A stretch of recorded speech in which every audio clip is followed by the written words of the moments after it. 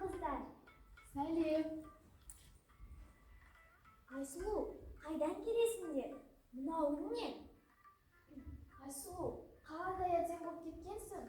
Шашыңа не тағып алғансың? Мен бүгін 3 жасқа толдым, қыздар. Шашыма тағып алғаным шашпау. Білесіңдер ме? Мұны маған әжем сақтап қойған екен. Өзінің бойжеткен қыз кезінде таққан шашпауы көрінеді. Ол кісіге де әжесі берген екен. Алтын мен күмістерден жасалған өрнектері де бар. Шашпауы несі? Оны не үшін тағады сонда? Бірінші рет көріп тұрмын.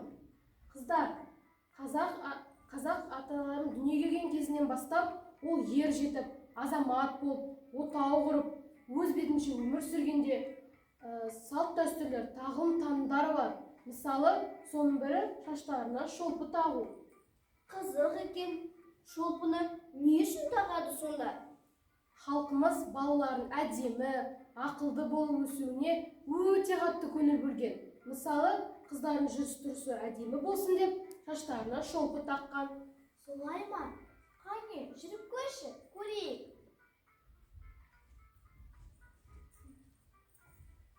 Керемет екен. Шынымен сылдырлайды екен. Айсұлу, мына шашпауың керемет екен. Ал мына ағашың не? Ой, қыздар, мен бұл ағашты музейден көргенмін. Сенде қайдан жүр бұл ағаш?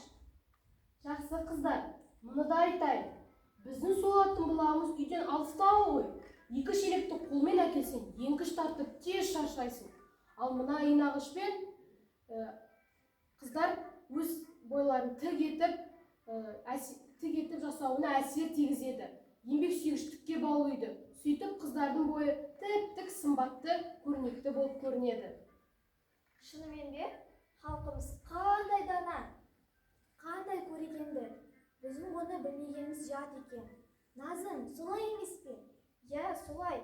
Осы заманда қыздар жүрістерін тік, мүсіндерін әдем етеміздер. Әртүрлі жаттығулар жасамай ма? Я, әртүрлі жаттығулар жасайды. Ал оны біздің ата-бабаларымыз әлде қашан білген екен. Я, қыздар, өте дұрыс айтасыңдар. Біздің қазақ бабаларымыз балаларын, қыздарын жауқазынға теңесе, ал нәзіктікті, сұлулықты аққуға, айға, күнге балаған. Мысалы, менің атымда айдай сұлу болсын деп, Айсұлу деп әжем қойыпты.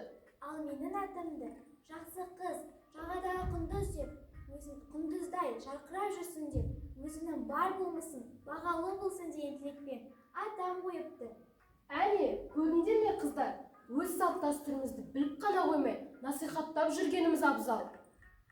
Айсұлу, осы иен ағашпен мүсінді тік ұстауға әсер ете ме?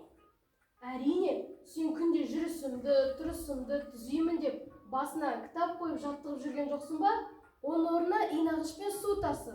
Әрі еңбек, әрі ал қыздар, мен кеттім, апам күтіп қалды. Сәлем қыздар. Қалайсыңдар? Не болды? Қайдан келесіңдер асығып? Өңдерің қашып кетіпті ғой? Тайым басқа жылқыларға еріп, жайлауға кетіп қалыпты. Жоғалып кетер деп іздеп бара жатқан бойым еді. Қамшынды беліне қыстырып алыпсың. Түсіп қалмай ма? Жоқ, қараған жолаушы осылай істейді. Біздің қазақ дана халық қой. Қамшыға қалай тұрғанына қарап, көп нәрсе білуге болады. Сонда қалай? Қойшы, не айтпақсың сонда?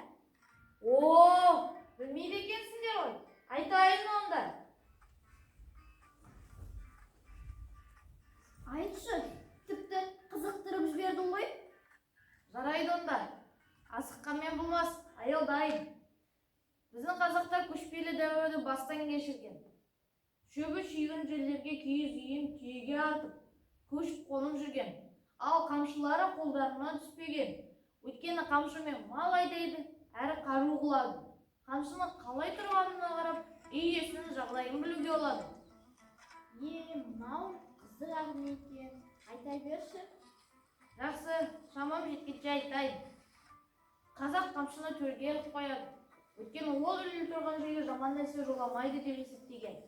Егер қамшыны керегеге немесе қабырғаға төмен салбырап қойса, үй иесінің өмірде өткендігінің белгісі. Ал азаматы аман болса, қамшыны қабырғаға ортасынан бүкте іледі. Қан қаншама көп нәрсе үйрендік. Жалғастыра берші. Мен де бір қызық айтайын. Егер адам есік алдында тұрып, қамшысымен жерді 3 рет ұрса, онда дау-дамай басталады деген сөз. Кезінде қазақтардың арасында жер дауы, жесір дауы, мал дауы көп болған ғой. Қызық екен. Сөйтіп тіл орнына қамшы сөйлеген.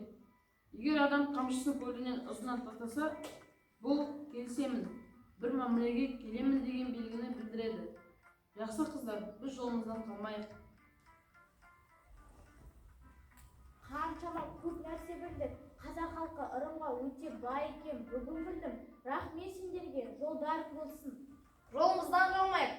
Атам айтатын, егер қарлығаштар жер бауырлап ұшса, жаңбыр жауады деп. Тайма тезірек